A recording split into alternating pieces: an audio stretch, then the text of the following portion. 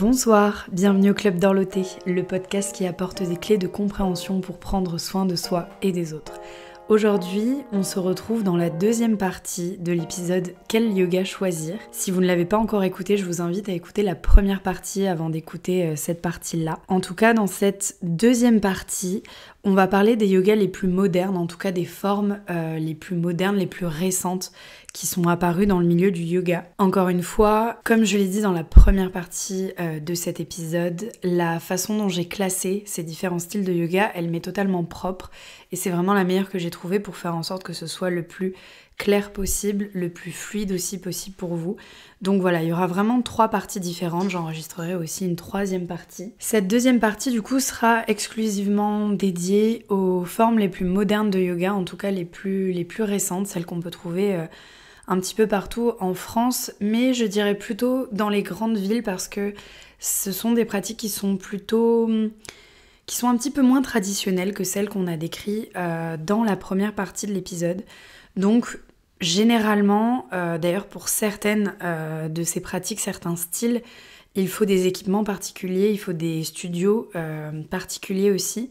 Donc c'est pas forcément les styles de yoga que vous allez avoir partout en France, dans votre petit village. Ça sera plutôt dans les villes. Après, il y en a un quand même que vous pourrez trouver presque autant que le Hatha Yoga maintenant. Un petit peu partout quand même, donc même dans les petits villages ou quoi, là à ce moment-là vous êtes tranquille. Mais c'est vrai que les formes les plus modernes de yoga pratiquées en musique, ce genre de choses, souvent ça commence d'abord dans les grandes villes avant de gagner nos campagnes, je dirais. Voilà. Et donc ensuite, la 3e partie de l'épisode, elle sera plutôt dédiée aux yogas les plus doux. Parce que la manière dont je les ai catégorisés, on va dire, dans les yogas les plus modernes, on a essentiellement des pratiques dynamiques. Après, tout est relatif et je vais détailler un petit peu à chaque fois. C'est pour ça aussi que j'ai dédié carrément une partie de l'épisode, donc la 3e et dernière partie, aux yogas les plus doux, donc aux pratiques assez douces, plutôt des pratiques au sol. Vous verrez, on aura le temps de les détailler aussi. Mais retenez dans l'essentiel déjà que pour toutes les pratiques que je vais décrire dans cet épisode, on est sur du yoga dynamique, du yoga engageant, où on pratique essentiellement debout. Il y a certaines postures assises, mais c'est vrai que là, l'idée, c'est de faire monter le cardio, clairement. Et avant de commencer, je vais reprendre un tout petit peu, vraiment très rapidement, ce que j'ai décrit dans la première partie, juste pour vous donner une idée de ce qu'on a détaillé auparavant en termes de pratique. Est-ce que c'est dynamique ou pas? Pour le Hatha Yoga qu'on a détaillé dans la première partie, le Hatha Yoga, ça dépendra du professeur. Vous pouvez avoir des pratiques de Hatha Yoga très dynamiques, très engageantes, comme du Hatha Yoga plutôt doux et plutôt lent même, je dirais.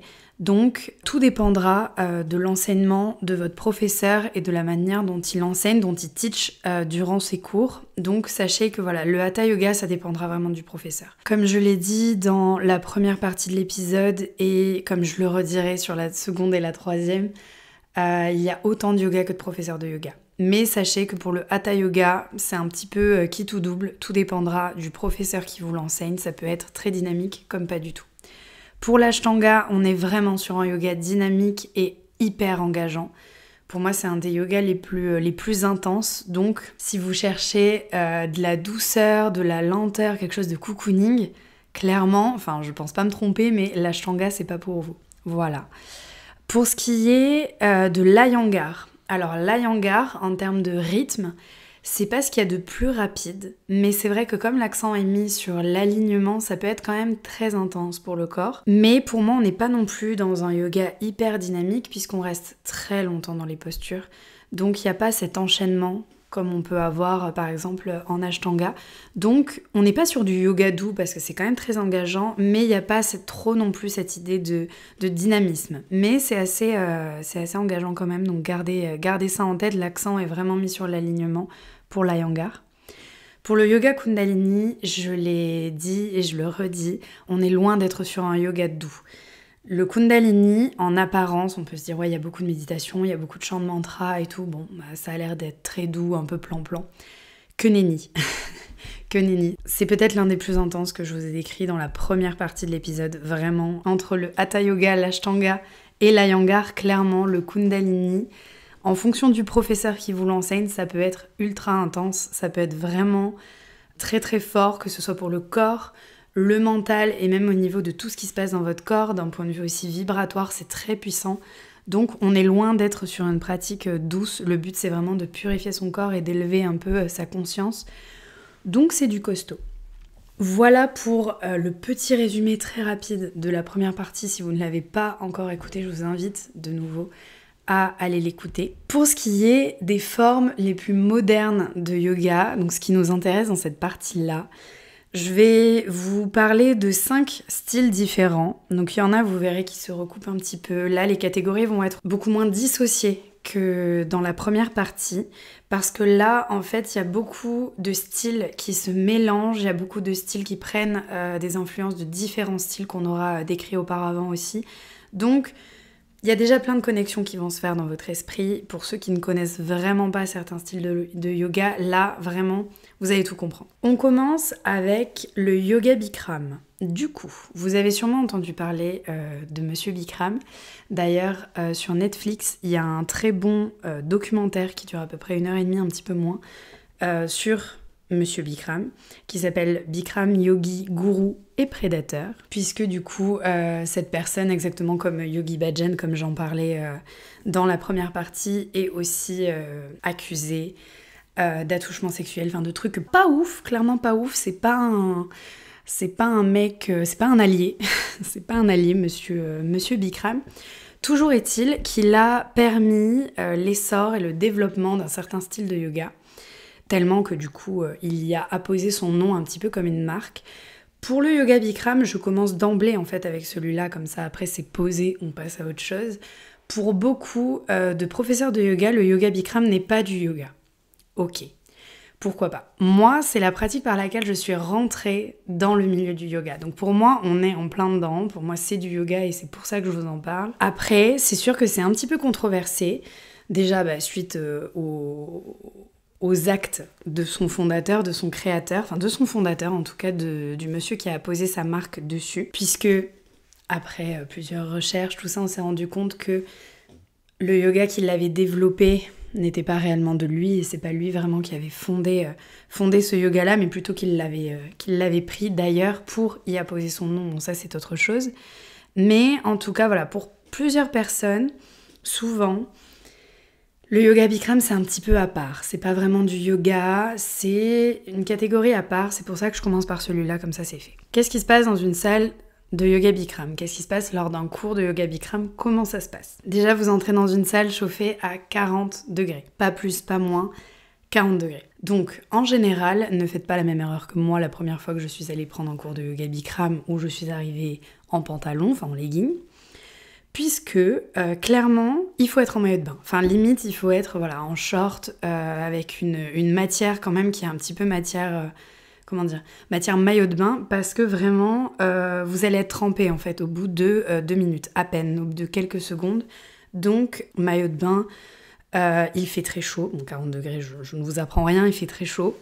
Et l'idée, un petit peu comme dans l'Ashtanga, où je vous parlais de séries de postures qui sont toujours les mêmes, quel que soit le cours d'Ashtanga que vous allez prendre dans le monde, si c'est la série 1 qui est enseignée dans ce cours d'Ashtanga, vous ferez la même série partout dans le monde. Pour la série 1, la série 2, la série 3, c'est toujours les mêmes postures. Pour le yoga Bikram, c'est la même chose. Sauf qu'il n'y a pas de transition entre les postures. En yoga Bikram, c'est 26 postures qu'on fait à droite et à gauche et 2 exercices de respiration. Il me semble qu'il y a un exercice au début du cours et un exercice à la fin. Après, ça date, ça fait longtemps, ça fait 8 ans que je n'ai pas pris de cours de Bikram, donc ça fait un bail. Mais il me semble qu'il y a un exercice qui est d'ailleurs hyper puissant au tout début du cours. Et pour le deuxième, je n'arrive pas à me souvenir si c'était au début du cours ou à la fin. Toujours est-il que ce sont donc 26 postures, toujours les mêmes, partout dans le monde. Que vous soyez en France, aux États-Unis, en Inde, si vous prenez un cours de yoga Bikram, vous ferez toujours les mêmes postures dans le même ordre avec exactement le même enchaînement. La particularité du yoga Bikram, donc en plus de la salle chauffée à 40 degrés, en général déjà dans les studios qui sont spécialisés yoga Bikram, il me semble qu'il y a systématiquement un miroir en face des élèves. Donc ça, c'était la demande de Monsieur Bikram, justement, ce côté miroir. Alors, j'ai pas la raison exacte, mais en tout cas, voilà, sachez que si, comme moi, vous faites du yoga Bikram dans un studio qui est spécialisé pour ce yoga-là, il y a une glace, un miroir, et aussi une estrade pour le professeur. Ça fait partie des codes, en tout cas, du yoga Bikram.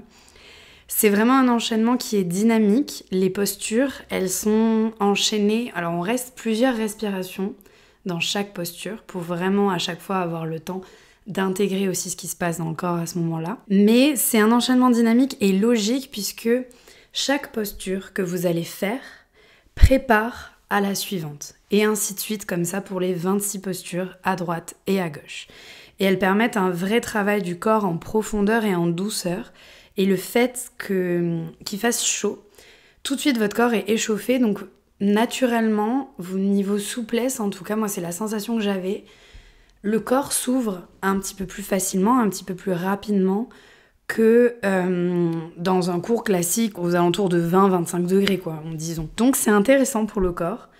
Après, et c'est ce qui se passe dans le documentaire que je vous invite à regarder, c'est un documentaire qui date de 2019, donc c'est encore récent, ça reste un yoga un peu comme l'Ashtanga, où si on pousse trop le corps, le fait de faire systématiquement les mêmes postures, tout ça, c'est intéressant parce qu'on peut voir sa progression. Et en même temps, l'ego peut aussi reprendre le dessus et se dire ah ouais mais là je peux aller un petit peu plus loin, au niveau souplesse là je vais essayer de tirer, de pousser un petit peu plus et c'est là qu'on se blesse. Et en Bikram encore plus puisque pour moi il y a cette sensation avec la chaleur que ça passe, qu'on peut aller encore plus loin, qu'on peut pousser le corps un peu plus loin. Donc c'est un challenge aussi mentalement d'accepter, de retenir un petit peu le corps.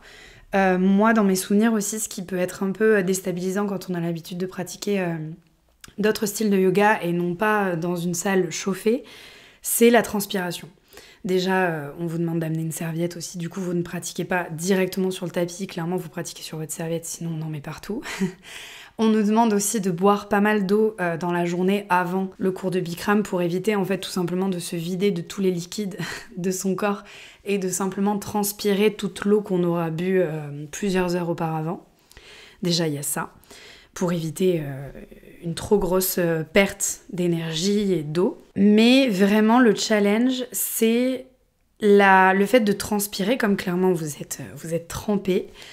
De maintenir, typiquement il y a la posture du danseur, donc pour ceux qui ont déjà fait du yoga ici dessus, maintenir cette posture alors que vous transpirez énormément, donc maintenir l'équilibre alors qu'on est dans une pièce à 40 degrés, c'est un sacré challenge. Enfin, dans mes souvenirs, il y avait vraiment cette idée où des fois, voilà, la main glisse sur la jambe, on maintient pas très bien avec la transpiration. Donc ça, pour le coup, c'est un travail. Je pense que ça prend plusieurs cours, plusieurs séances vraiment pour l'intégrer. Donc, on est sur un yoga dynamique avec l'idée de faire toujours les mêmes postures, un peu comme dans les séries d'Ashtanga, avec la contrainte des 40 degrés. Mais, comme je vous disais, l'enchaînement, il est vraiment logique puisque chaque posture travaille sur le corps d'une certaine manière et prépare le corps à la posture suivante. Donc, l'enchaînement, pour moi, clairement, c'est une très belle pratique. Moi, c'est une très belle pratique. Moi, c'est mon premier amour du yoga. Moi, je suis rentrée dans le yoga par le Bikram. J'en ai fait pendant plusieurs mois. Dans le studio, d'ailleurs, d'Annecy, qui est un des rares en France, je crois, qui était à la base, en tout cas, spécialisé dans ce yoga-là uniquement. Maintenant, ils ont ouvert un petit peu plus à d'autres pratiques. Mais quand ça a ouvert, il y a 8 ans, justement, c'était un studio qui était dédié que au Bikram. Il me semble qu'il y avait vraiment que ça comme pratique. Après, aujourd'hui, il y a d'autres styles que je vais détailler juste après. Mais voilà, si un jour que vous soyez en voyage ou dans votre ville, il y a un studio qui propose des cours de Bikram. Il me semble qu'il y a Biarritz aussi, il y en a. Après, à Paris, j'imagine qu'il y en a aussi. Mais en tout cas, voilà, dans les grandes villes, c'est intéressant. Franchement, testez. Moi, je trouve que c'est une très bonne pratique. Pour le coup, est-ce que je le conseillerais à des débutants ? Je sais pas. Techniquement, moi, j'ai commencé par ça, donc j'ai envie de vous dire oui. Après, j'avais fait de la danse pendant longtemps, donc c'est vrai que mon corps, je le connaissais. Les indications que donnait la professeure, Ça me paraissait pas farfelu, je comprenais en fait les indications qu'elle donnait. À voir, encore une fois, tout dépendra du professeur. Si vous avez un prof qui prend le temps de vous driver, un peu de vous guider, c'est ok. Sinon, je conseillerais quand même de faire quelques cours de Hatha Yoga avant, parce que ça peut être assez challengeant. Aussi, il me semble qu'un cours de Bikram, et c'est même pas il me semble, c'est sûr, dure 1h30. 1h30 dans une salle chauffée à 40 degrés, où clairement on enchaîne comme ça avec une pratique assez physique, très engageante pour le corps. Faut, du moins, même si on n'a pas fait de yoga, avoir quand même une sacrée endurance et condition physique. Voilà. Manger avant, c'est quand même mieux. Parce que voilà, c'est intense. Après, comme plein d'autres pratiques aussi plus physiques ou plus sportives. Moi, personnellement, le lieu où je le pratiquais, à Annecy, clairement, Annecy est une des villes les plus sportives de France. Donc, dans le cours, il n'y avait que des mecs qui font du trail, du vélo à balles, du ski, enfin voilà. Donc, clairement, je pense qu'au-delà d'avoir déjà fait du yoga, pour faire du yoga Bikram, il faut quand même avoir une certaine condition physique. Voilà. Ensuite, pourquoi, personnellement en tout cas, pourquoi j'ai arrêté le yoga Bikram? Alors j'ai arrêté tout simplement aussi parce que je ne vivais plus dans la ville où je le faisais. Et là où je vivais, il n'y avait pas de studio de Bikram. Et après, c'est vrai que c'est une pratique que moi, je ne pratiquerai plus aussi régulièrement que ce que je faisais quand j'avais 18 ans. Mais tout simplement parce que je me suis formée entre-temps à la médecine traditionnelle chinoise.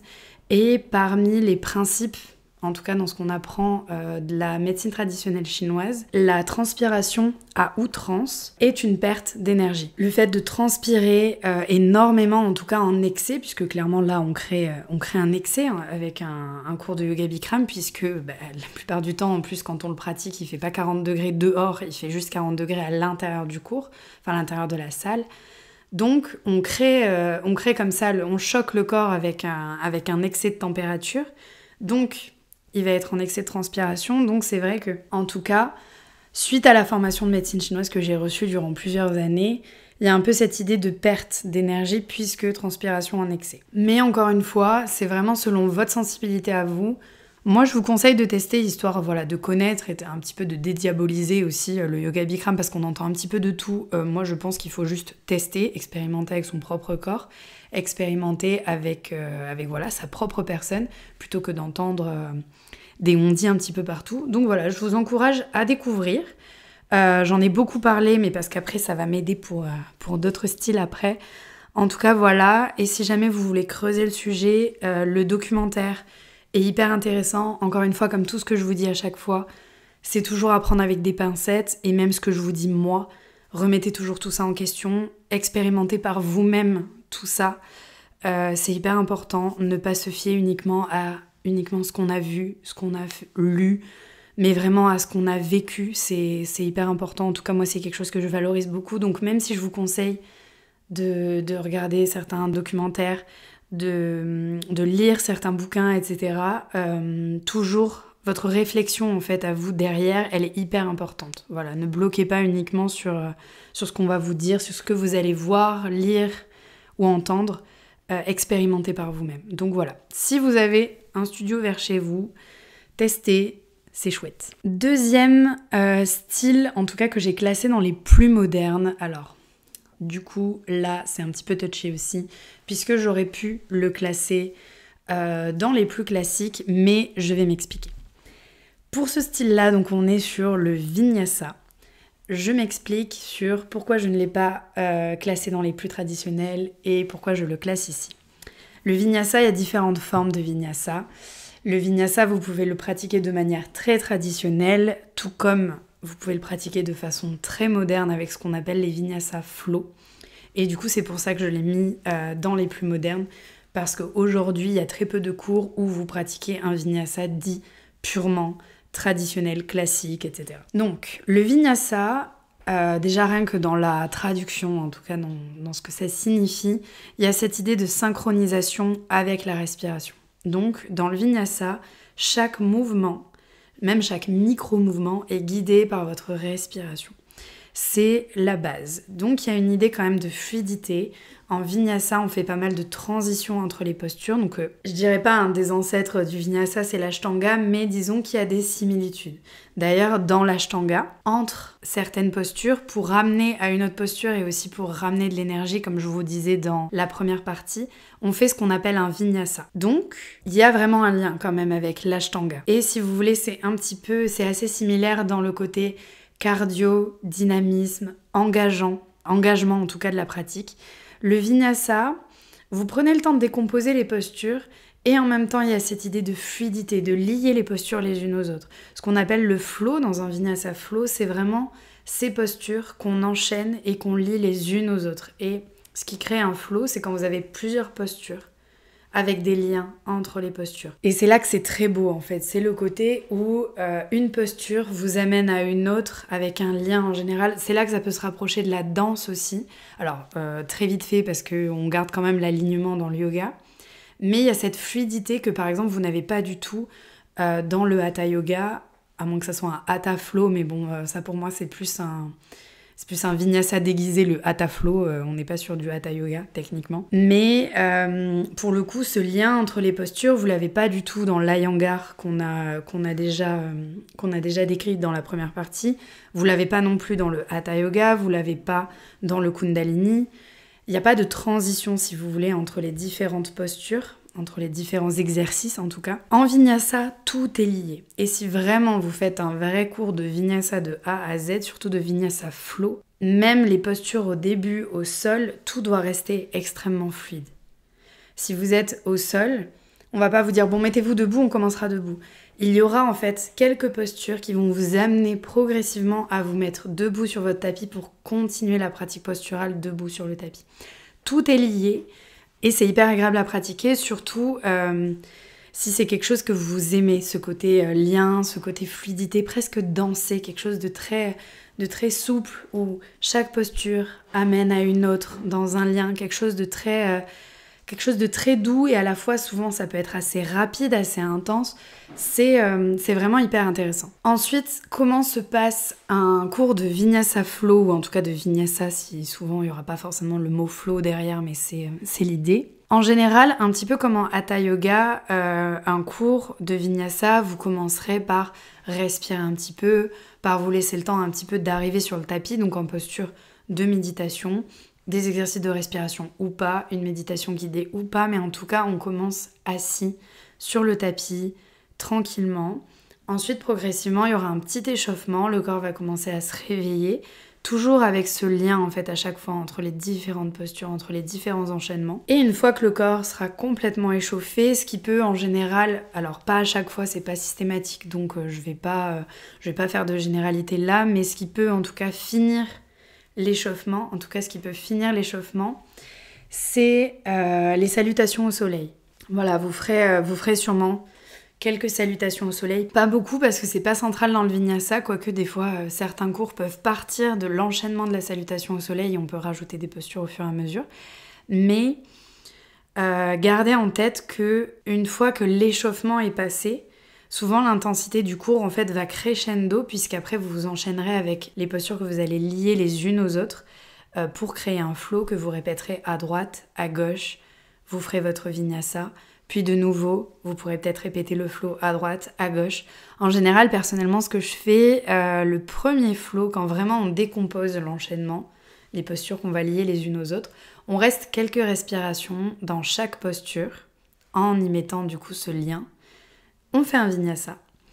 De nouveau, on fait exactement la même chose de l'autre côté, donc à gauche si on avait commencé à droite, en restant plusieurs respirations dans chaque posture et on les lie les unes aux autres, un petit peu comme si on décomposait une chorégraphie.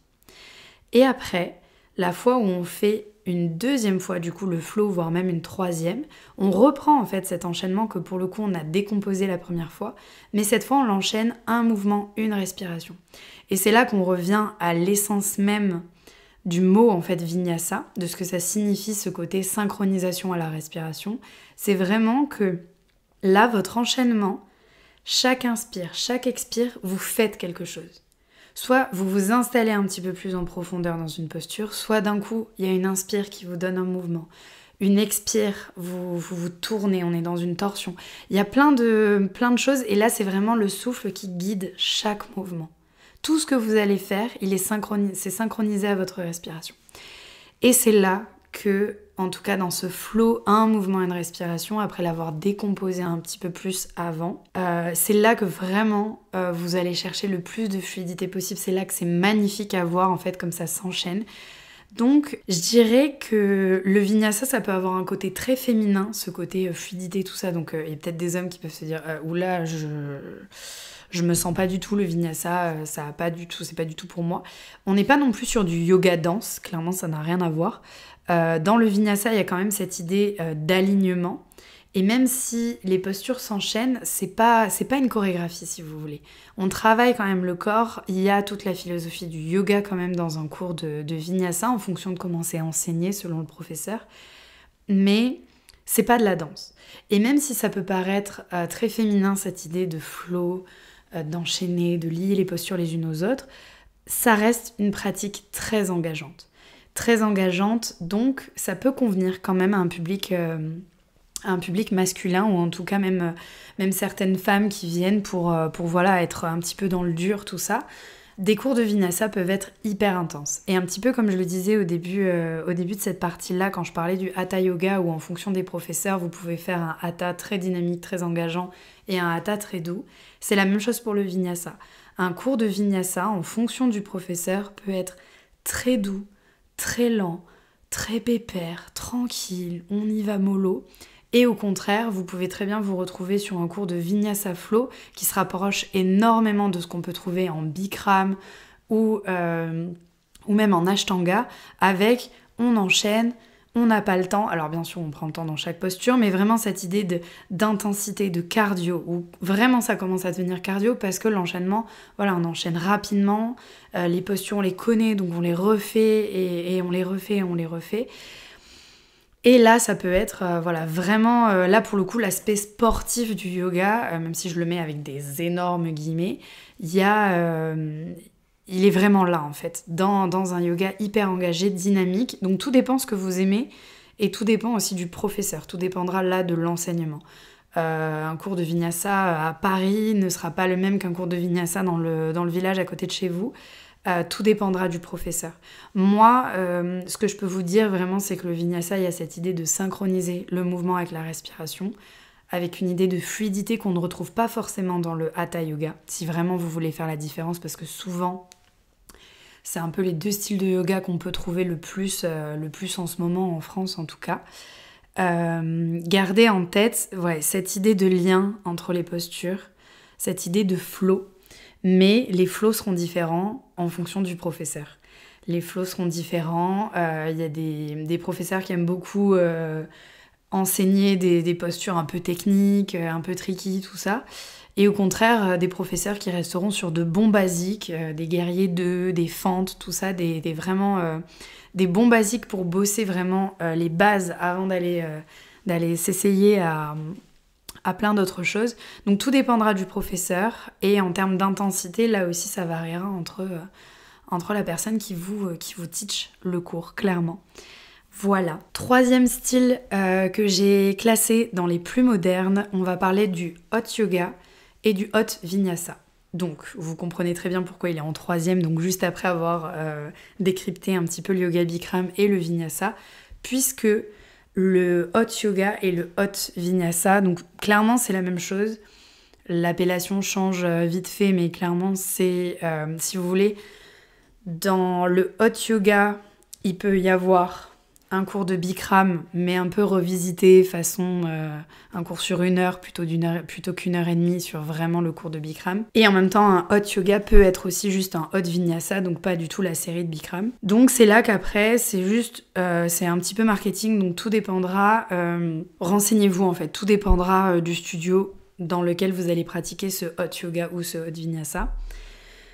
Pour le côté hot, clairement, il me semble qu'on va jamais vraiment jusqu'au 40 degrés du yoga Bikram. Vraiment, le 40 degrés, je vous assure, comme ça, on peut se dire « Ouais, vite fait, ça va, cet été, il faisait 37, ça passe, 40 et tout ». Franchement, quand vous êtes dans une pièce pour 1h30, 40 degrés, c'est costaud quand même le Bikram. Perso, moi quand j'ai fait du hot vinyasa, c'était à Lille, il me semble qu'on n'allait pas au-delà des 35, que c'était indiqué que c'était entre 30 et 35 degrés. Tout dépend aussi de l'équipement de la salle, tout ça, si ça chauffe vite ou pas. Peut-être que quand on finit le cours, on se rapproche plus des 40 que des 30, mais il me semble qu'en hot yoga, on est un peu en dessous en termes de température que pour du yoga Bikram. Yoga Bikram, vraiment, ça fait partie, c'est codifié, c'est comme ça fait partie des codes. 40 degrés, 26 postures, 2 exercices de respiration et 90 minutes. C'est comme ça bougera pas où que vous soyez dans le monde. Donc, pour le hot yoga, le hot vinyasa, ça dépendra. C'est plus... Si vous voulez, c'est pas une marque déposée, en tout cas pas que je sache. Du coup, voilà, ça dépendra vraiment du studio. Gardez en tête que du coup, un hot yoga, c'est soit un yoga Bikram un peu remasterisé, ou un yoga Bikram qui assume pas trop. Qui assume pas trop suite aux controverses de Monsieur Bikram, puisque malheureusement, il a vraiment posé son nom comme ça sur son style de yoga comme une marque. Donc si on n'est pas hyper à l'aise avec tout ça, d'ailleurs je pense que personne ne l'est, mais voilà, si on veut pas mettre en avant ce nom-là, effectivement, on passe tout ça en hot yoga.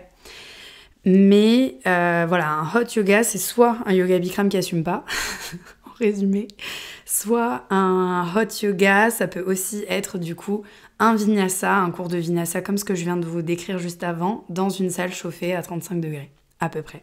Donc, une fois que vous avez testé un cours de vinyasa, vous pouvez largement tester un cours de hot vinyasa si vous voulez vous challenger. Pour le coup, en termes de difficulté, ça va pas être hardcore. Si vous avez l'habitude de pratiquer le vinyasa, un vinyasa assez intense dans une température tout à fait normale, classique, un cours de hot vinyasa, ça va pas vous choquer si vous voulez. Juste, on rajoute une petite contrainte avec la chaleur et peut-être aussi l'humidité en fonction de là où vous pratiquez. Ce qui fait que voilà, c'est juste un paramètre qu'on ajoute, donc la pratique est un petit peu différente, il y a des choses à réajuster, typiquement la tenue dans laquelle vous venez au cours déjà. Mais ça va pas vous choquer, ça va pas vous paraître très difficile. Pour le coup, si vous avez l'habitude de pratiquer du hatha yoga pur et dur, sans hatha flow entre gros guillemets, là pour le coup, un cours de hot yoga ou de hot vinyasa, ça peut être un peu chaud. C'est le cas de le dire, merci. Ça peut être un petit peu chaud si votre pratique était déjà pas la plus intense et la plus dynamique. Voilà. Donc, là encore, vous testez, renseignez-vous aussi auprès des studios, auprès des professeurs qui proposent ces cours-là.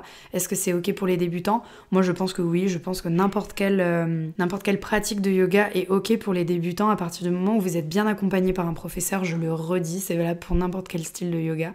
Dès qu'il y a quelque chose qui vous parle, renseignez-vous, posez des questions, n'hésitez pas à vraiment vous renseigner, c'est hyper important.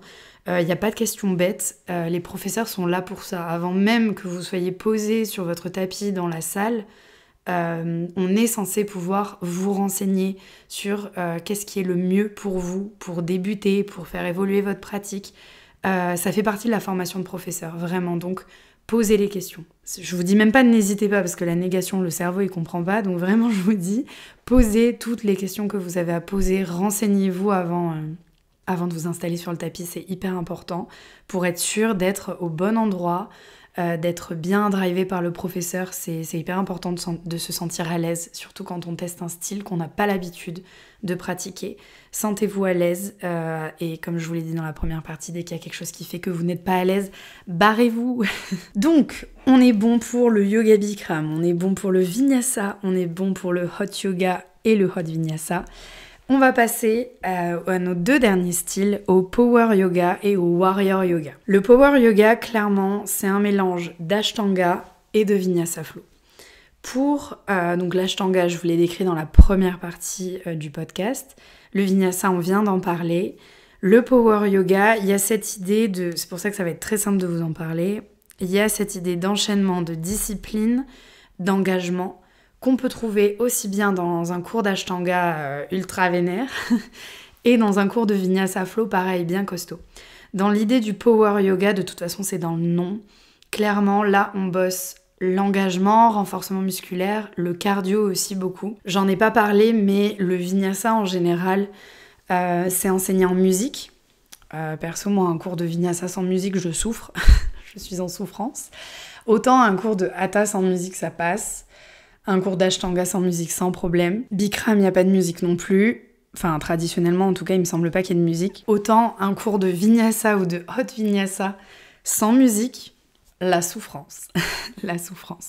Donc, dans le power yoga, ce qui prend vraiment sa place, et c'est vrai que j'en ai pas parlé dans le vinyasa, mais c'est pareil, c'est l'ambiance sonore du cours. Un power yoga, vous le ferez rarement sans musique, en fait. L'idée, là, c'est que la musique vous porte dans l'effort et dans le travail que vous faites avec votre corps. Dans le power yoga, vraiment, je le redis, mais clairement, tout est dans le nom, il y a vraiment cette idée de renforcer le corps en profondeur, tout en pratiquant un style qui découle quand même de style traditionnel. Vous allez vraiment, dans un power yoga, exactement comme un vinyasa flow, reprendre des postures qui sont les grands basiques du yoga. Dans le vinyasa, si vous voulez, il y a des postures, j'en ai un petit peu parlé dans la première partie. Dans le hatha yoga, il y a un certain nombre de postures qu'on vous enseigne qui font partie du hatha yoga, point barre, c'est fini. Pour l'ashtanga, on reprend certaines de ces postures et il y en a en plus. Il y a des postures qui sont vraiment propres et reconnaissables, qui sont propres à l'ashtanga. Dans le vinyasa, il y a des codes qu'on reprend de l'ashtanga dans cette idée de transition, tout ça. Et il y a des postures que vous verrez dans des cours de vinyasa que vous ne verrez jamais dans des cours de hatha. Il y a des postures qui sont vraiment propres à un style moderne de yoga, qui peuvent d'ailleurs se rapprocher, alors avec encore des gros guillemets, des énormes guillemets, qui peuvent se rapprocher de ce qu'on peut voir dans la gym, dans la capoeira, dans certains... C'est vraiment plein d'influences en fait qui à force ont créé le vinyasa flow avec plein de transitions qu'il n'y avait pas, en tout cas à ma connaissance, traditionnellement vraiment dans le hatha yoga pur et dur. Donc dans le power yoga, de nouveau, ça, c'est aussi présent. Ces idées de transition, et on va chercher toujours un petit peu plus loin aussi de nouvelles postures, d'explorer de nouvelles choses, avec cette idée d'engagement vraiment musculaire aussi du corps. Cardio, vraiment un cours de power yoga, vraiment vous vous videz la tête normalement. Dans le power yoga, si vraiment on doit résumer, c'est ce que je vous ai dit au début, c'est un mélange d'ashtanga et de vinyasa en mode vénère. Mais c'est toujours pareil, vous pourrez très bien avoir en fonction du professeur, par exemple un cours de power yoga qui sera beaucoup moins intense qu'un bon gros vinyasa, si vous voulez, un bon gros vinyasa flow. Tout dépendra du professeur. Si vous avez vraiment un prof qui a l'habitude de challenger ses élèves, tout ça, effectivement, le cours de power yoga, à chaque fois, vous allez vous réinventer, vous allez progresser aussi au fur et à mesure, exactement comme ça peut être le cas pour l'ashtanga ou le vinyasa. Tout dépendra du professeur, vous pouvez vous retrouver avec des power yoga plutôt doux par rapport à ce que vous avez l'habitude de pratiquer autrement, avec peut-être des cours de vinyasa ou de hot vinyasa qui sont un peu plus chauds. Gardez en tête que de toute façon, là, comme je vous l'ai dit au début, tous les yogas dont je vous parle dans cette seconde partie sont, sauf exception en fonction du professeur, mais sont plutôt des yogas quand même assez dynamiques, qui challengent le corps et l'esprit, qui vont clairement vous faire bouger. C'est vraiment l'idée. On reste dans du yoga avec le côté très philosophique, comme je vous l'ai dit, c'est pas un sport, ça va au-delà de ça en fait. C'est pas une pratique sportive. Effectivement, ça fait travailler votre corps, mais ça va plus loin, le yoga. Là, c'est clair que dans cette seconde partie, on est vraiment sur de la pratique posturale, physique, pure et dure. On est en plein dedans. Dans le power yoga, pour moi, c'est ça que ça illustre. En ce qui me concerne, en fonction des studios, le côté power peut être mis en avant pour faire un peu la distinction avec d'autres cours qui seraient plus doux. Clairement, moi, c'est mon cas. Pour les cours que je donne à Lourdes dans un studio extérieur de ce que je peux proposer chez moi. Mes cours de vinyasa, là-bas, étant donné qu'il y a quelqu'un qui enseigne déjà des cours de vinyasa et que c'est un vinyasa très doux, vraiment un slow vinyasa, tranquillou, mais ça a son public aussi et c'est très bien et comme je vous disais, c'est vraiment propre au professeur. Propre au professeur, c'est super dur à dire, mais c'est intéressant. Propre au professeur. Donc elle, c'est vraiment son enseignement qui est comme ça. On m'a demandé, pour faire la distinction en fait avec le Vinyasa Flow que moi j'enseigne, de rajouter en fait la mention power juste devant. Donc techniquement le cours que moi j'enseigne c'est un Vinyasa comme je pourrais faire chez moi à mes élèves à Bagnères, là où je vis. Mais à Lourdes, comme c'est à l'extérieur et que la personne qui enseigne aussi du Vinyasa mais le fait d'une manière complètement différente, on m'a demandé de rajouter voilà, ce power juste devant pour donner l'idée que voilà, avec moi c'est un peu plus intense qu'avec l'autre professeur. Donc gardez en tête que derrière un power yoga, des fois c'est simplement marketing aussi et simplement un outil de communication aussi pour désigner voilà, un cours de Vinyasa Flow ou un cours mix Ashtanga, Vinyasa Flow un peu plus intense que ce qu'on peut trouver ailleurs. Voilà, il y a vraiment cette idée de power, donc dans le power yoga, c'est dans le nom, mais des fois c'est aussi un outil de communication et un côté un peu marketing aussi pour dire que voilà, ça va envoyer quoi. Et le dernier de cette catégorie, de cette deuxième partie des yogas les plus modernes, on va retrouver le warrior yoga. Donc warrior, guerrier en anglais, ça c'est bon. Le warrior yoga, c'est un mix, donc pour le coup, un petit peu comme le power yoga. Le warrior yoga, c'est un mix d'ashtanga, de vinyasa et de yoga iyengar. Donc yoga iyengar qu'on a décrit dans la première partie, je le rappelle, qui mettait l'accent sur l'alignement avec des accessoires, etc. Le warrior yoga, pour le coup, c'est une marque déposée par Arya Crescendo et son compagnon. Tous les deux, vraiment, ils ont déposé ce nom, cette appellation. Et vraiment, ils le décrivent comme ça, c'est vraiment un mélange entre la rigueur, la discipline de l'ashtanga, l'enchaînement, le dynamisme du vinyasa et la précision, l'alignement de l'iyengar. Voilà. Là encore, le but, c'est vraiment des cours qui sont orientés cardio, renforcement musculaire, bien vénère, un petit peu comme ce qu'on peut retrouver en power yoga pour le coup, ce que je vous décrivais juste avant. Le but en warrior yoga et un petit peu comme dans tous les styles de yoga qu'on a décrits en fait dans cette partie-là, des plus modernes, c'est vraiment de sortir de sa zone de confort. Pour moi, c'est une très bonne forme de yoga pour aussi commencer à rentrer dans le monde du yoga. Parce que c'est ce que je vous disais dans la première partie, clairement, on le sait, beaucoup de gens commencent à faire du yoga pour le côté sportif, physique. Et c'est ok, vraiment, c'est suffisamment répandu. Moi, je connais très peu de monde qui rentre dans le milieu du yoga par le côté philosophie, spiritualité du yoga.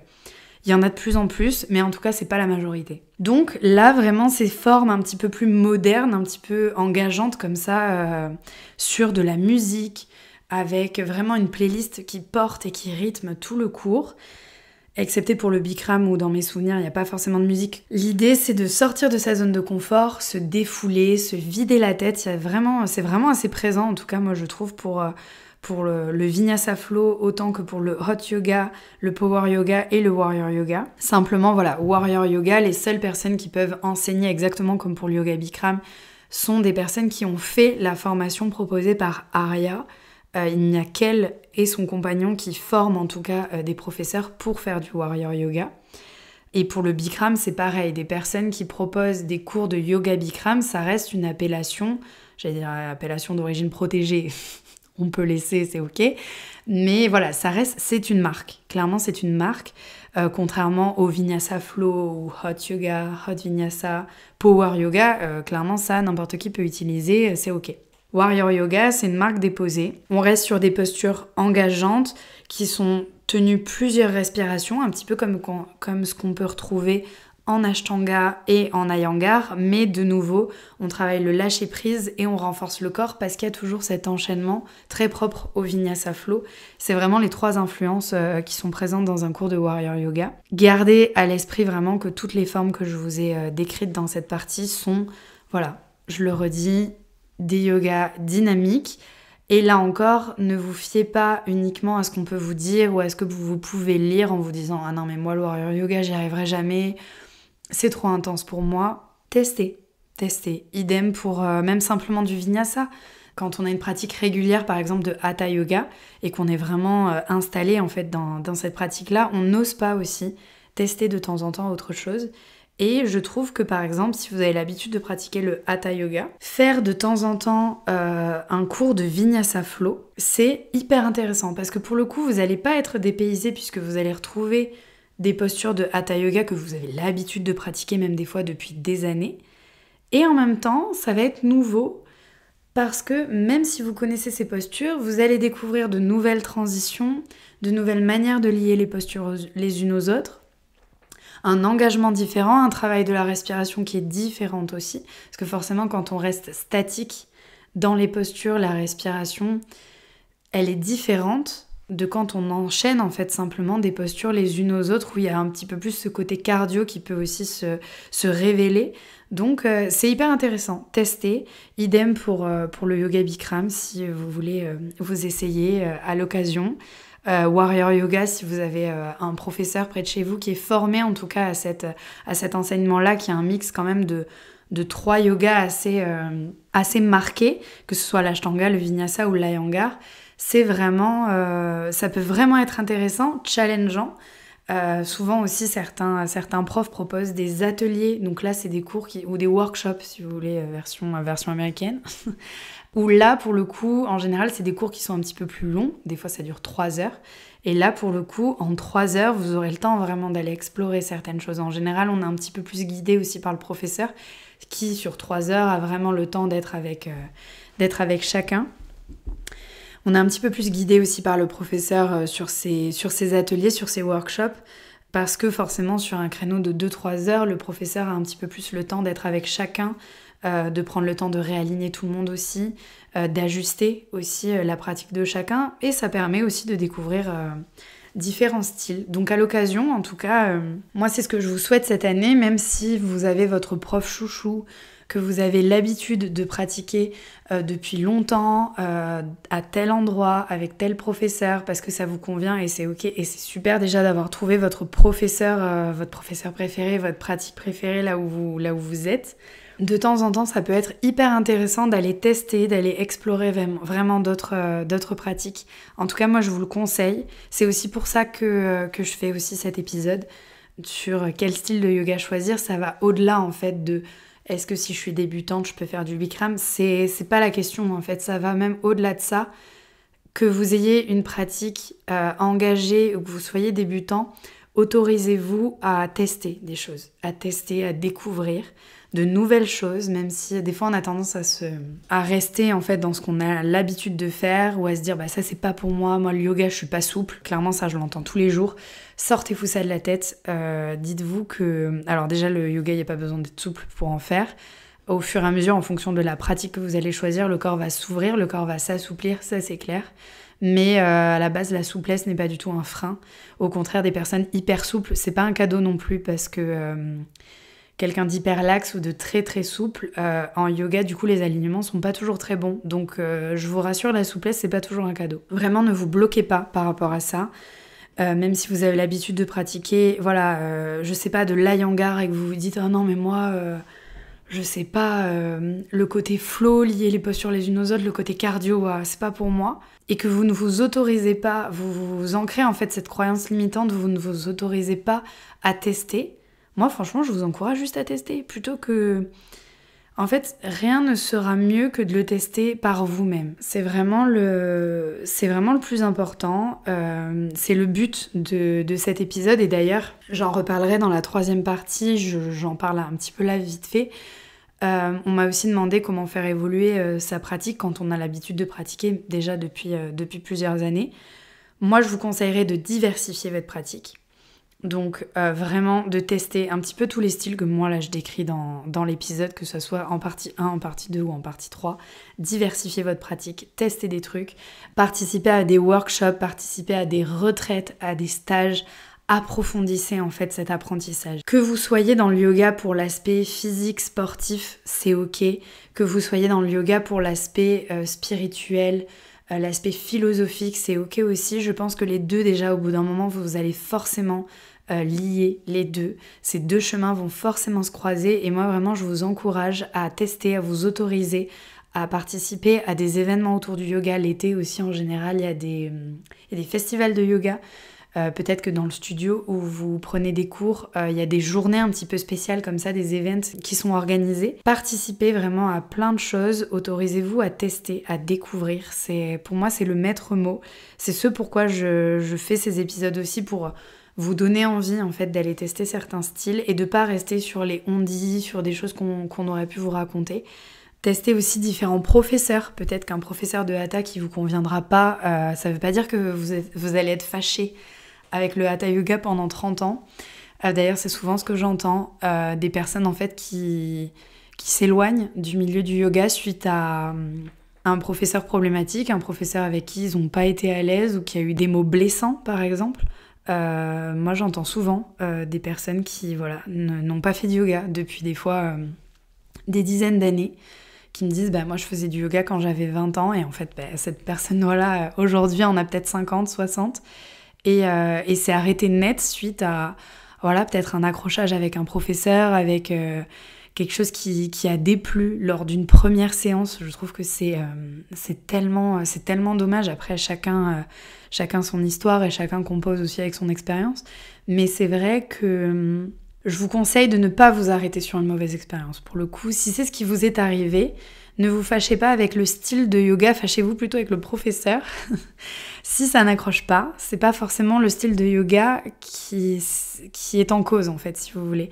Peut-être que c'est simplement la manière d'enseigner de ce professeur qui ne vous convenait pas, et peut-être qu'un autre professeur de hatha sera super et ça va être la révélation et le gros coup de foudre et ça va être incroyable. Des fois aussi, ça peut venir du professeur et de la pratique. Effectivement, il y a des pratiques qui sont assez clivantes, qui pour le coup, on aime ou on adore. On aime ou on adore, gros lapsus, j'adore. On aime ou on déteste. Pour le coup, par exemple, je pense au yoga Bikram. Pour moi, il y a un public pour le yoga Bikram et il y en a pour qui, c'est plus... Mais ça veut pas dire qu'il faut pas essayer. C'est toujours pareil, ça veut pas dire qu'il faut pas essayer. Après, ça veut pas dire que vous allez faire du yoga Bikram toutes les semaines, mais expérimentez, testez par vous-même, c'est ce que je vous dis. En tout cas, ne vous arrêtez pas sur une mauvaise expérience qui peut être simplement liée au lieu aussi où vous le faites ou au professeur. Si c'est ça, testez ailleurs. Testez ailleurs, testez avec un autre professeur, une autre approche. Des fois même, retestez avec le même professeur mais dans un autre lieu où il enseigne. Ça peut aussi... des fois, ça joue aussi à l'ambiance du lieu, au matériel. Il peut y avoir plein de choses et c'est pas toujours, c'est même jamais lié au yoga en fait. C'est juste lié à la personne qui vous le transmet, à la personne qui vous l'enseigne. Et il en faut pour tout le monde. Comme je vous le disais, comme je le redis, je le redirai toute ma vie, il y a autant de yoga que d'enseignants de yoga, que de professeurs de yoga. Donc, parcourez le monde. Vous trouverez forcément quelqu'un qui saura vous transmettre le yoga avec amour. Quelqu'un vraiment qui saura vous parler aussi. C'est très important. Donc parcourez le monde. Testez plein de choses. Et je vous souhaite de trouver les professeurs vraiment qui sauront vous transmettre le yoga de façon juste. Et j'espère que cette deuxième partie vous a plu. Elle sera sûrement un petit peu plus longue que la première, mais vous verrez facilement, comme je vous disais, des connexions, des liens avec les styles de yoga qu'on a décrits dans la première. Donc j'espère que tout ça vous aura plu. Et je vous dis à la prochaine. Bisous!